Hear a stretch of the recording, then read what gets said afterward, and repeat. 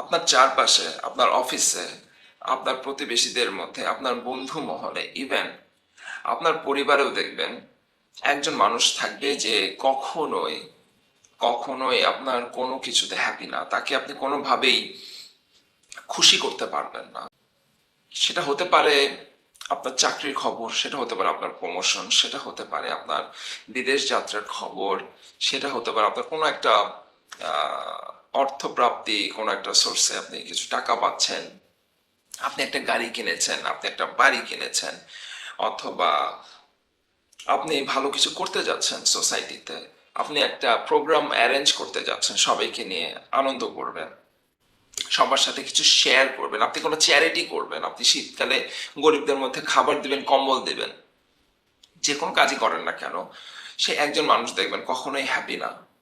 সে একজন মানুষ দেখবেন আপনাকে প্রভোক করতে থাকবে, সে একজন মানুষ দেখবেন আপনাকে পোক করতে থাকবে, সে একজন মানুষ দেখবেন আপনার সাথে অন্য আরেকজনের বা আপনার চারপাশের মানুষদের সম্পর্কটাকে সে বিষিয়ে তুলতে চেষ্টা করবে।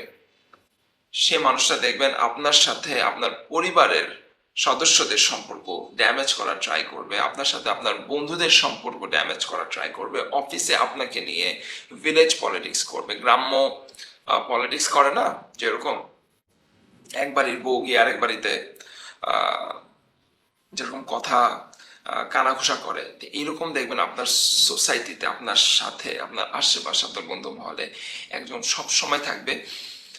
তো এটার কারণ কি? এটার অনেকগুলো কারণ থাকতে পারে, বাট বেসিক্যালি সাইকোলজিস্টরা যেটা বলেন সেটা হচ্ছে নিজের জীবনের যে অপ্রাপ্তি এবং নিজের জীবনের যেই ব্যর্থতা, সেগুলা ঢেকে রাখার জন্যই মূলত তারা এই আশ্রয়টা নেয় যে আমি সাকসেসফুল না, আমি তোমাকে সাকসেসফুল হতে দিব না, অথবা আমাকে উপরে উঠতে হলে তোমাকে নিচে নামতে হবে।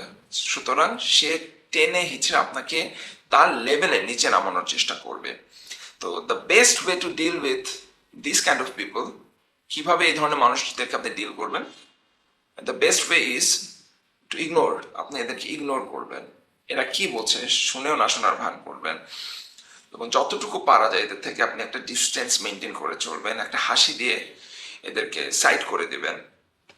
মনে রাখবেন, বাংলাদেশে যদি 20 কোটি মানুষ থাকে, পৃথিবীতে কিন্তু শত শত হাজার কোটি মানুষ আছে, তাই না? এর মধ্যে 150-200 কোটি শুধু বাঙালি আছে সারা ওয়ার্ল্ডে। সুতরাং একজন টক্সিক মানুষকে আপনার সহ্য করতে হবে, তার টক্সিসিটি আপনাকে মেনে নিতে হবে, তার এসব ব্যবহার আপনাকে মেনে নিতে হবে, তার এসব অন্যায় আচরণ আপনাকে মেনে নিতে হবে। এটার কোনো কারণ নাই।